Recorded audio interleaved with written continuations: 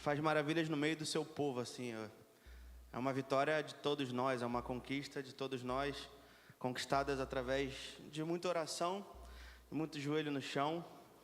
Mas é bom ver que aquele Deus que nós vemos na Bíblia fazendo vários milagres, Ele continua fazendo milagres e fará coisas ainda maiores, amém? Queria aproveitar e atualizar os irmãos que também estão orando por um milagre na minha vida, na vida da minha família.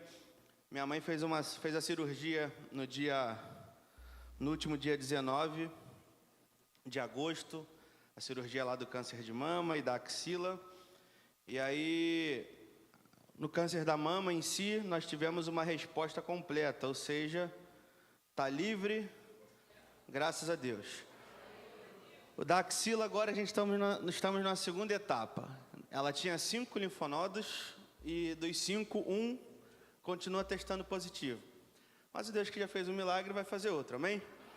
Então, nós amanhã continuamos uma etapa do tratamento, uma nova etapa, e acreditando que é mais alguns passinhos que nós estamos dando rumo ao milagre completo e ao testemunho que isso vai virar, se Deus quiser. Um dia minha mãe também vai vir aqui agradecer as orações e dar testemunho. Você já agradeceu pela sua igreja hoje? Hoje eu estava, pastor, até 2 e pouca da tarde, em Madureira, na Conselheiro Galvão ali, no estádio do Madureira, trabalhando, num sol que, pelo menos de acordo com o termômetro, marcava 42 graus. Aí você chega na igreja, um arzinho gelado, um lugarzinho bom para sentar. Graças a Deus por isso, né? E eu estava lá e fiquei observando. Eu estava ali por algumas horas e ia embora. Mas quantas pessoas tinham ali sentadas na rua, ali por volta do Mercadão ali, naquele calor, naquela situação.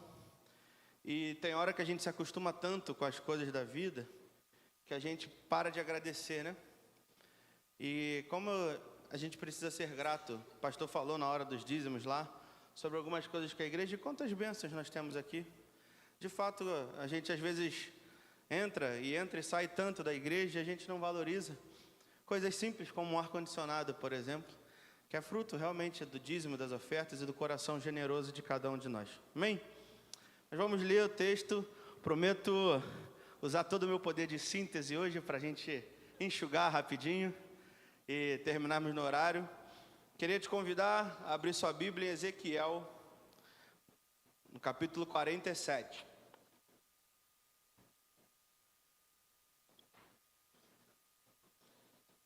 Ezequiel 47. Nós leremos do 1 ao 5. Ezequiel 47, do 1 ao 5.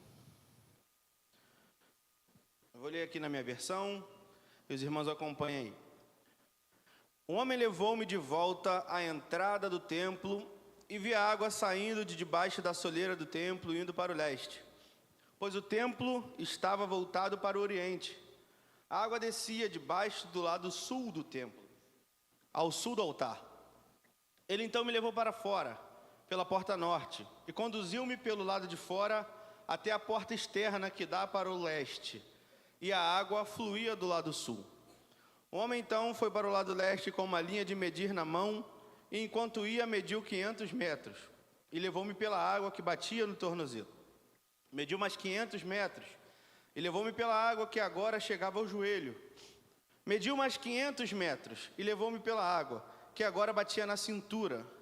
Mediu mais 500 metros, mas agora era um rio que eu não conseguia atravessar, porque a água havia aumentado e era tão profunda que só se podia atravessar a nado. Era um rio em que não se podia atravessar andando. Que Deus abençoe essa palavra dele ao nosso coração, amém? Num calor como desse, falar sobre água é algo bom. Falar sobre mar, de repente hoje, alguns de nós passamos o dia pensando que hoje dava uma praia. Hoje era um dia bom para ir para a piscina. Mas a água também tem suas peculiaridades. Quem, por exemplo, tem medo de água? Eu tenho um amigo, pastor também, que, eu não vou citar o nome porque é uma figura conhecida, mas ele tem medo de nadar, por exemplo. E às vezes, quando nós vamos na praia, ele fica bem na beirinha da água ali, no limite, testando para ver onde dá, mas ele não mergulha. E é engraçado porque ele é um cara todo para frente, todo destemido. Se tiver que escalar uma montanha, ele escala. Se tiver que pular de um avião de paraquedas, ele pula. Mas no quesito entrar no mar, ele tem as suas dificuldades. E aí teve um dia que teve uma das cenas mais engraçadas da minha vida, que a gente está na praia, aquelas férias de pastor que viaja todo mundo junto. E aí eis que a gente olha para esse amigo nosso. A gente estava numa praia que realmente as ondas lá são um pouquinho mais agitadas. E aí vem aquela sequência que às vezes dá de onda. E esse pastor simplesmente pula no colo da esposa dele, com medo da onda. Mas a gente ria tanto daquela cena. Foi uma cena muito engraçada. Mas quem não sabe nadar, ele vai entrando no mar até dar pé ali, né, como a gente chama, até ter um pouquinho de segurança. E pastor, eu confesso que eu já tive um pouco dessa visão do profeta. Vocês vão entender. Eis que um dia eu estava em casa, de noite, e começa a cair uma chuva considerada forte. Assim, se ouve aquele barulho na telha, eu falei, tá chovendo bem. E aí choveu, ventou, acontece aquele combo que acontece em lugares mais precários, que lá na minha casa é assim, acabou a luz, choveu forte, ventou forte, esquece, eu vou ficar sem luz. E aí tudo bem, de madrugada, estou sem luz, aquela chuva forte. Falei, pô, vou beber uma água, tá um calor. E acho que eu piso no chão, sinto o chão molhado. Aí já dá aquele, opa, o que aconteceu? Peguei a lanterna do celular, liguei, e aí vi que a água tinha tomado o chão lá da minha casa, ao ponto de chegar no quarto, que é o último cômodo. Falei, meu Deus do céu. E aí fiquei naquela, desliga as coisas da tomada, né? Porque a gente vê muito filme, a gente acha que vai morrer eletrocutado, tem um monte de coisa, né? Aí tira tudo da tomada, mas nem lembrei que estava sem luz, então não precisava nem tirar nada da tomada. Mas enfim. E aí eu volto para a cama, e aquela chuva caindo forte. Aí a gente começa aquela oração, Senhor, toma conta do teu servo. Olha, eu não sou Noé, Senhor, me ajuda. E aí eu ligo a lanterna de novo, e eis que a água estava mais alta. Tinha passado assim, mais ou menos da altura da minha canela. Falei, Deus, o Senhor toma conta. Falei, Senhor, eu sei que essa hora tem um monte de gente pedindo, a fila deve estar cheia, mas olha para o teu servo também. E aí passa mais alguns minutinhos, eu olho a água, e a água estava batendo realmente na altura do meu joelho. E aí começa a preocupação, falei, Senhor, o que eu vou fazer? E água é um negócio que não tem jeito. Eu lembro que a gente tentou travar de alguma maneira ali a entrada da porta, mas não tinha jeito, não tinha o que fazer. Graças a Deus, aquilo que eu vivi parou por ali, ela não subiu acima do joelho, como foi na visão do profeta. Mas foi algo desesperador aquilo ali. Mas é interessante a gente pensar que toda água, toda situação tem uma origem. Isso partiu de algum lugar. E a primeira coisa que eu queria chamar a atenção nesse texto é sobre, de fato, a origem da água. O versículo 1 diz que existia uma água que fluía, um rio que fluía a partir do templo, que saía a partir do templo. Teve uma outra vez, eu tenho muito problema com água lá em casa. Teve uma vez que eu fui para a igreja, pastor, e lá na igreja são 4 cultos, né? 2 de manhã e 2 de noite. Eu saí, era umas 5 horas para ir para o culto, e voltei 10 e pouca da noite. E a gente chega em casa, tá a cozinha toda molhada. Falei, meu Deus, não é possível, de novo. Onde foi que eu errei, Senhor? O que eu fiz? E a gente procura, mas de onde essa água? Porque não tinha goteira, não tinha chovido, não tinha nada. E aí, depois de muito procurar, a gente viu que debaixo da pia, aquele sifão que desce a água da pia, estava rachado. E aí aquilo ali já devia estar pingando debaixo da pia há muito tempo. E chegou uma hora que ele só transbordou e invadiu ali. Mas enquanto a gente não achou a origem daquela água ali, a gente não conseguiu resolver o problema. Nesse texto, a visão do profeta, a água do rio, ela fluía do altar. Ela fluía do trono do nosso Pai Celestial. As águas, elas começavam no templo, que representa a presença de Deus. E eu acho legal porque essas águas, por onde elas passavam, elas transformavam tudo. Elas mudavam tudo. Elas traziam vida. E uma lição preciosa que a gente precisa ter é que toda e qualquer mudança ou transformação que nós precisamos, ela começa no altar. Ela vem a partir do altar. Ela começa em Deus, que é a fonte, que é a origem. Sem intimidade, sem relacionamento com Deus, não há transformação nas nossas vidas. Quer viver algo novo na sua vida? Quer viver algo extraordinário? Quer viver algo maior da presença do Senhor? Restaure o seu altar. Como é que está a sua vida com Deus? Seu altar com Deus? Como é que está a sua vida de oração? Como é que está a sua vida de leitura da palavra, de devoção? Como está a sua vida devocional? Nós precisamos começar no altar para viver algo mais profundo com o Senhor. O poder do rio, desse rio nesse texto, ele vinha da sua fonte, que era o altar, que era o templo. Sem vida do altar não há poder. Eu lembro muito daquela frase que já falei até aqui algumas vezes, que ninguém sabe ao certo quem é o autor, de onde começou, mas sobre muita oração, muito poder, pouca oração, pouco poder, nenhuma oração, nenhum poder. Mas como que tem sido a nossa vida diária, o preparo do nosso altar para o Senhor? Comece a viver, meu irmão, uma vida de oração, uma vida de adoração, de consagração diária, uma vida de entrega a Deus, e veja o rio do Senhor fluir através da sua vida. Veja o rio do Senhor fluir em você e alcançar outras pessoas e transformar a vida de outras pessoas. A igreja está vivendo uma estação de evangelismo e o pastor falou aqui e tem falado das experiências legais. Eu lembro que da última vez que eu preguei, contaram da experiência de um rapaz, do dono da padaria. E muitas vezes a gente não vai evangelizar, às vezes a gente não se disponibiliza, porque eu penso, não sei o que falar, eu não sei o que fazer, eu não tenho o dom de evangelismo. Quer evangelizar? Quer ter um evangelismo eficaz? Dedique sua vida no altar. Veja o altar, mergulhe no altar, veja o rio do Senhor fluir na sua vida e tocando a vida das pessoas. Obrigado, minha irmã. E tocando a vida das pessoas e transformando a vida das pessoas. Às vezes é um sorriso. Mas por quê? Porque o rio está transbordando na sua vida. Às vezes é um Deus abençoe, que muitas vezes a gente fala de uma maneira tão natural. Mas quando o rio transborda na nossa vida, quando o nosso altar está pleno da presença do Senhor, meu irmão, isso transforma todo mundo, isso transforma tudo. Então, se o teu altar com Deus está abandonado, o seu rio vai secar. Que nessa noite nós possamos restaurar o nosso altar, a nossa vida de devoção ao Senhor. Uma segunda lição: permita-se ser guiado pelo Espírito Santo. Meus irmãos, como é difícil aceitar, em alguns momentos, que o Espírito Santo nos leve onde Ele quer e faça o que Ele quiser nas nossas vidas. O versículo 2 em diante, eu acho muito interessante porque fala que o anjo do Senhor vai levando aquele homem, o profeta, para um monte de lugar diferente. Anda para cá, 500 metros para lá, volta aqui, lá do sul, lá do leste. E pode ser que somente não tenha aqui, mas nós não vemos um questionamento do profeta. Mas por quê? Por que eu vou andar mais 500 metros? Por que eu vou para o sul? Por que eu vou para o leste? Não, só foi.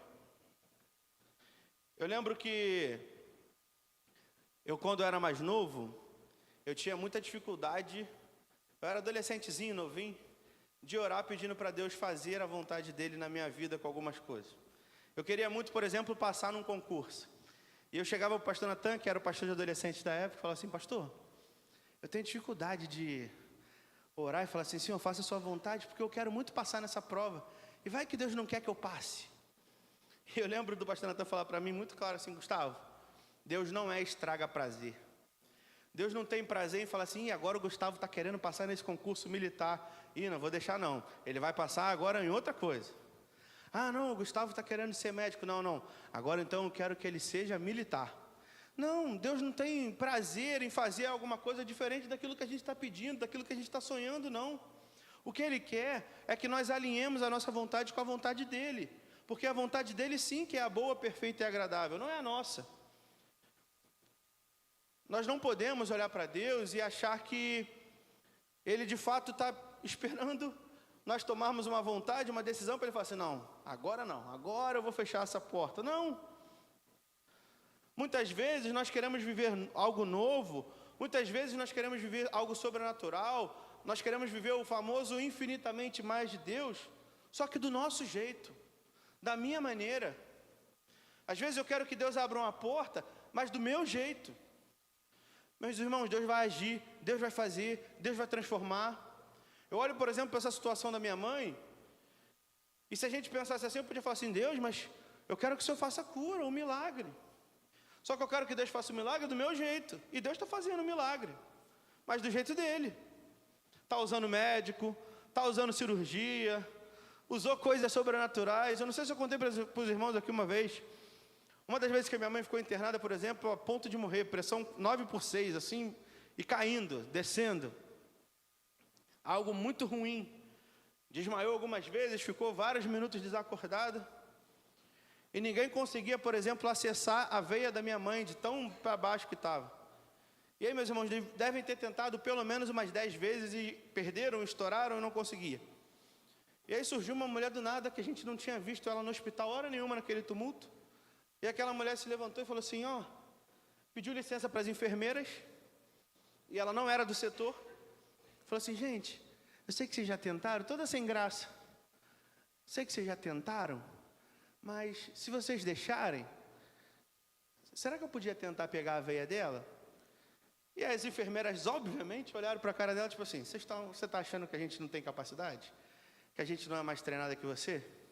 Mas, por um milagre de Deus, aquelas mulheres saíram assim.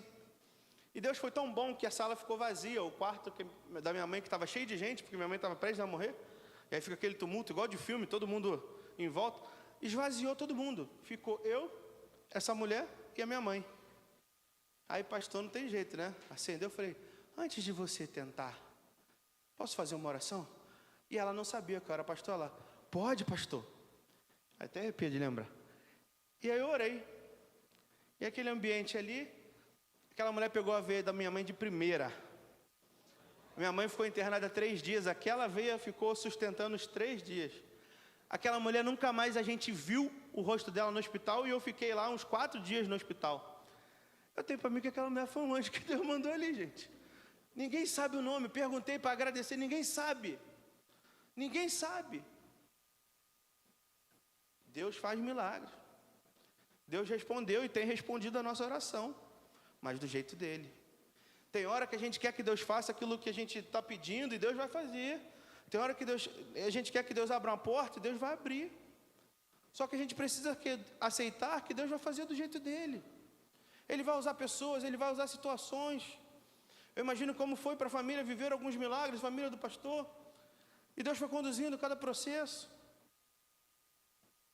Nós precisamos entender que o infinitamente mais do Senhor está ligado ao movimento de nós deixarmos Ele de fato nos guiar.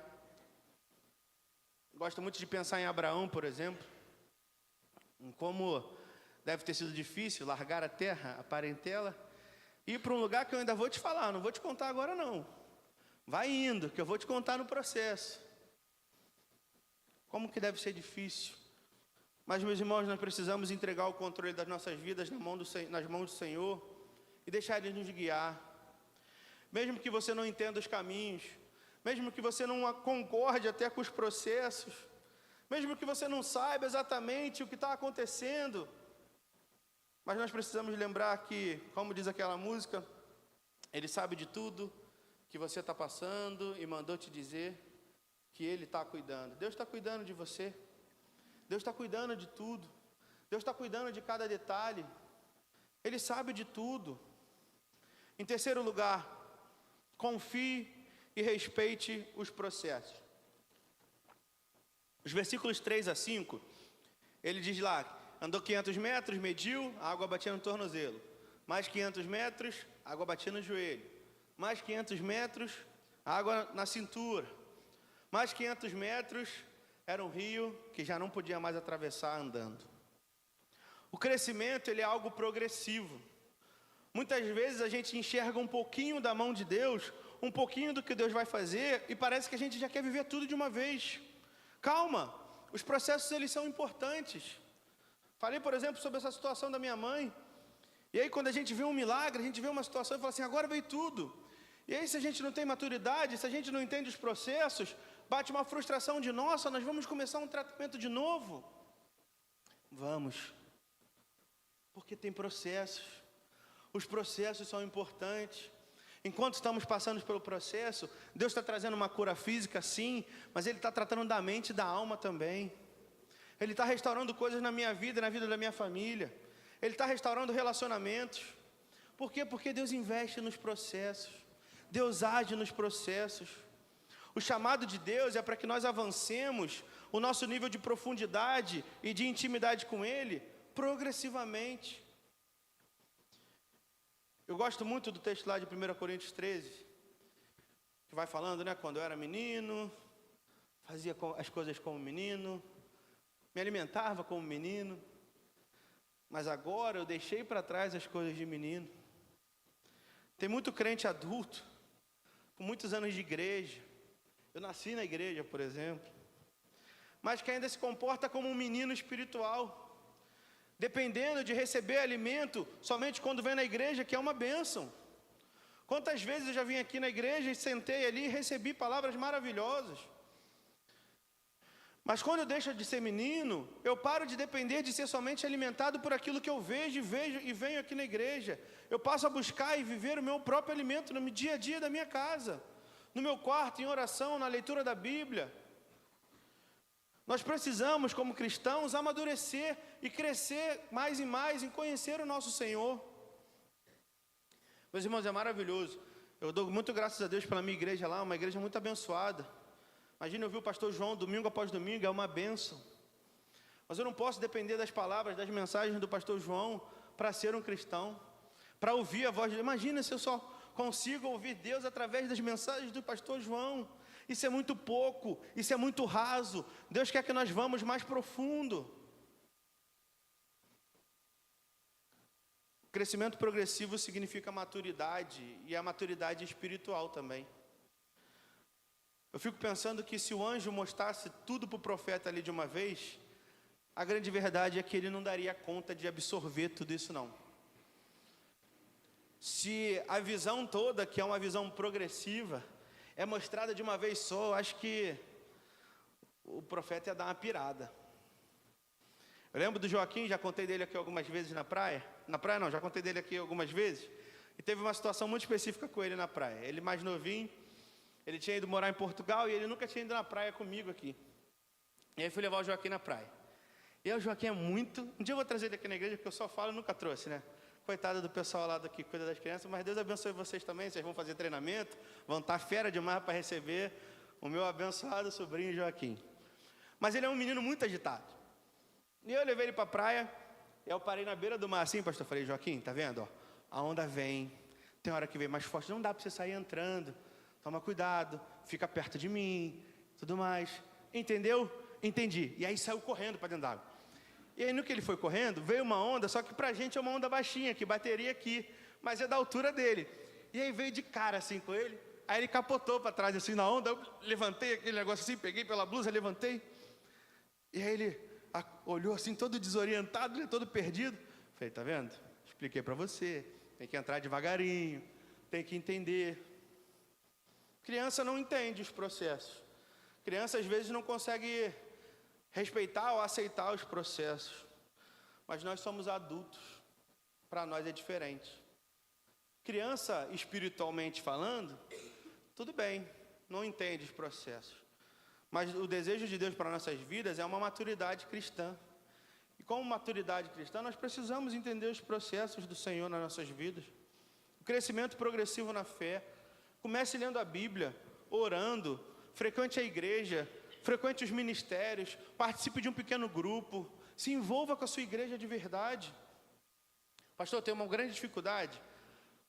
Graças a Deus eu tenho tido o privilégio de rodar algumas igrejas, mas eu tenho uma grande dificuldade com algumas igrejas que a pessoa mal se converteu, que a pessoa mal entrou para a igreja e já começa, por exemplo, a pregar, a liderar. Não significa nada, mas de fato a pessoa precisa ter um crescimento progressivo. Ela ainda está na fase de receber, de aprender, de solidificar aquela decisão que ela tomou. Mas a gente às vezes queima etapas. Às vezes a gente antecipa os processos. Primeiro vá, meu irmão, cresça espiritualmente, Respeite o excesso e respeite e aceite os processos de Deus para a sua vida. Para ir mais profundo na presença do Senhor, é preciso passar etapa por etapa. Se você hoje está na etapa da água no tornozelo, amém. Mas que amanhã você queira estar na etapa da água no joelho. Que amanhã você queira estar na etapa da água na cintura. Que amanhã você consiga mergulhar profundamente e se entregar totalmente no rio do Senhor. Em último lugar, falei que eu ia usar meu poder de síntese? Mergulhe na presença do Senhor. O versículo 5 fala de um rio que não se podia mais atravessar andando. Um rio que agora só restava nadar. A mãe da Bia, minha sogra, que eu não sei se está nos assistindo, tomara que não, mas ela é desse grupo que tem medo do mar. Tem medo de entrar na água, não sei o que ela viu, se ela viu esses filmes de tsunami, eu não sei o que ela tem não, mas ela tem medo. E esse ano em janeiro a gente viajou junto, e teve uma coisa que me chamou a atenção. Viagem de pobres, os irmãos sabem como é que é. É um carro, com 5 pessoas dentro, com mala até o teto, que você mal vê o vidro. É assim que vai, né? O carro não pode passar um quebra-mola que o carro fica agarrado.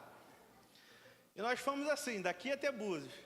3 horas, apertado, não enxergando nada. Eu acho que eu sou meio, não sei nem falar, claustrofóbico, que o negócio vai me dando uma falta de ar aqui, eu vou ficando nervoso. Um perrengue que só para chegar. Chegamos em Búzios lá, a casa cheia de aranha, tendo que matar as aranhas. Eu gastei um tubo daquele SBP para matar a aranha na casa. Um perrengue só. Aí depois que estabeleceu tudo, a casa era de frente para uma praia muito legal. Uma praia só do condomínio, top. E aí, meus irmãos, quando chegou o dia de curtir, que eu sou desse. Se for para passar o perrengue, eu passo o perrengue. Mas no dia de aproveitar, me deixa aproveitar. E eu entrei na água, mas acho que eu fiquei o dia inteiro dentro da água. Eu mergulhava para lá, ficava deitado olhando o céu, e orava, e tudo. Só, eu queria ter arrumado até um fone de ouvido à prova d'água para ficar na água ouvindo música. Eu lembro de ficar olhando lá para fora, aí a minha sogra, na beirinha da água, jogava água assim e voltava para a cadeira. E aí tinha hora que estava todo mundo na água e ela sozinha na cadeira. E eu lembrei desse texto, lembrei dessa mensagem. Eu pensei, nossa, que coisa. Ela passou os mesmos perrengues do que eu, pagou o mesmo preço que eu, porque nós dividimos o aluguel da casa, dividimos as comidas, mas ela não aproveitou como eu aproveitei. Ela ficou satisfeita com a aguinha no tornozelo, pagou as mesmas coisas, passou os mesmos perrengues, mas não experimentou tudo, não viveu tudo que a viagem podia proporcionar ali. Ah, meus irmãos, o raso não pode nos satisfazer mais. Quando se trata de presença do Senhor, quando se trata de viver aquilo que Deus tem para a minha vida, o alto preço Ele já pagou por nós. A gente precisa desfrutar, é se deleitar na presença do Senhor. Não é sobre não ser grato, não, porque nós somos gratos. Eu sou grato por tudo que Deus fez na minha vida, continuarei sendo grato, mas Senhor, eu quero mais.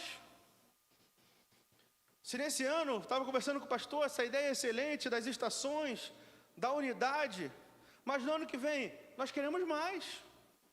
Se a igreja cresceu nesse ano, se a igreja avançou, amém, mas que no ano que vem, avance ainda mais.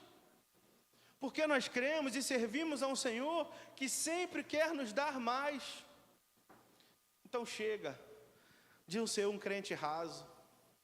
Seja de ser um crente, acabou a época de ser um crente que vive só as mesmas coisas, que tem sempre as mesmas experiências. Não, que viva algo novo. Eu lembro que tinha uma época lá na igreja que a gente participava de uma vigília que nós fazíamos, e a oração que eu sempre fazia, eu geralmente dirigia essa vigília e falava, Senhor, que dessa vez seja algo novo, seja algo diferente, que a gente receba uma palavra nova, que a gente viva algo novo da parte do Senhor. Águas profundas significa rendição total. Muitas vezes, para nós vivermos coisas diferentes, vai ser necessário que tenhamos atitudes diferentes também. Você sabe a diferença de um rio, de um lago, para um mar? O mar, se você ficar parado, muitas vezes a água vai vindo. Às vezes a maré sobe. O mar, às vezes, você está nele e parece que a água está só no tornozelo, mas do nada vem uma onda e molha sua barriga, molha seu peito, molha seu rosto. O rio não. O rio muitas vezes é paradinho. O lago muitas vezes é paradinho. Para não dizer 100% das vezes. E nós só avançamos, a água só vai subindo, a água só passa do tornozelo para o joelho, se eu quiser. Se eu andar mais profundo, se eu der mais um passo, se eu der um outro passo. Se eu ficar parado, o rio não vai subir e invadir a minha vida. O lago não vai subir e invadir a minha vida. Então dê mais um passo. Talvez hoje, como cristão, você já molhou os seus pés. Talvez você já molhou o seu tornozelo. Mas Deus te convida a molhar e mergulhar o seu corpo inteiro nesse rio que é Jesus. Eu lembro muito daquele texto de Lucas 5 lá, que os discípulos até então tinham pescado ou tentado pescar uma noite inteira e nada arrumaram. E aí chega Jesus, que naquele momento ninguém sabia que sabia algo sobre pesca, que naquele momento ainda era um homem, e chega para eles e fala assim, ó, volta lá para o alto mar, vá mais profundo e joga as redes de novo. Eu fico pensando que naquela fração de segundo, talvez para Pedro ali, ele fala assim, poxa Senhor, mas eu fiz isso, eu acabei de fazer isso, eu já estou lavando, eu já até desisti da ideia de pescar agora, eu só quero descansar. Mas ir mais profundo é sair da zona de conforto. Ir mais profundo é abandonar às vezes certezas e convicções que nós temos. Ir mais profundo muitas vezes é deixar a lógica de lado e obedecer. Você tem sido um cristão obediente ao Senhor, independente das circunstâncias? Independente daquilo que você vê? Independente da sua razão, porque às vezes você tem até uma razão. Mas Deus não está preocupado com nada disso. Ele só quer fazer com que você vá em águas mais profundas. Ir mais profundo é deixar de lado as suas tristezas, as suas frustrações, como foi de Pedro, de ter pescado e não ter pego nada, de já estar lavando a sua rede, porque eu não vou fazer mais isso hoje. É deixar de lado as suas frustrações. O que te frustrou até aqui?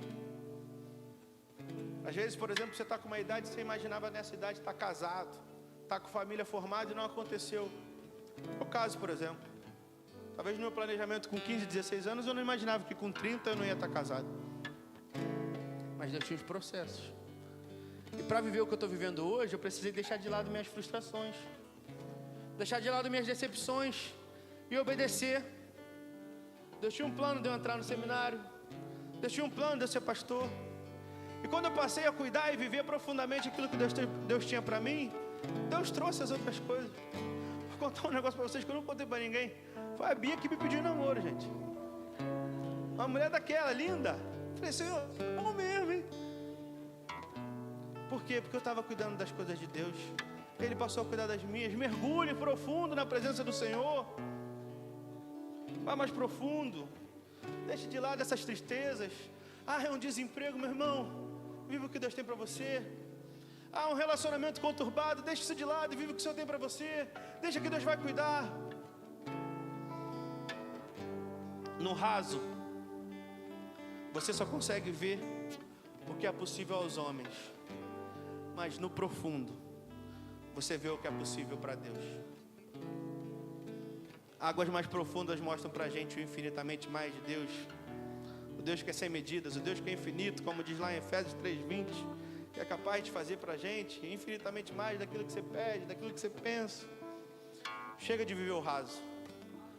Nesse ano de 2025, que já está prestes a acabar, passou rápido, daqui a pouco acaba o ano, mas que nesse ano ainda seja um ano de viver experiências mais profundas com o Senhor. Quer ser curado? Mergulhe no rio. Quer ser transformado? Mergulhe nesse rio. Quer ver uma porta se abrindo? Mergulhe nesse rio. Sai dessa zona de conforto, meu irmão. Sai do banco e vai viver o que Deus tem para a sua vida. Vai para o mais profundo. Dê mais um passo, dê mais um passo. Se envolva. Levante desse banco e faça aquilo que Deus já te chamou para fazer. Se apresente para a obra do Senhor. Se apresente para viver mais. E Deus vai fazer o infinitamente mais na minha vida e na sua vida. Amém?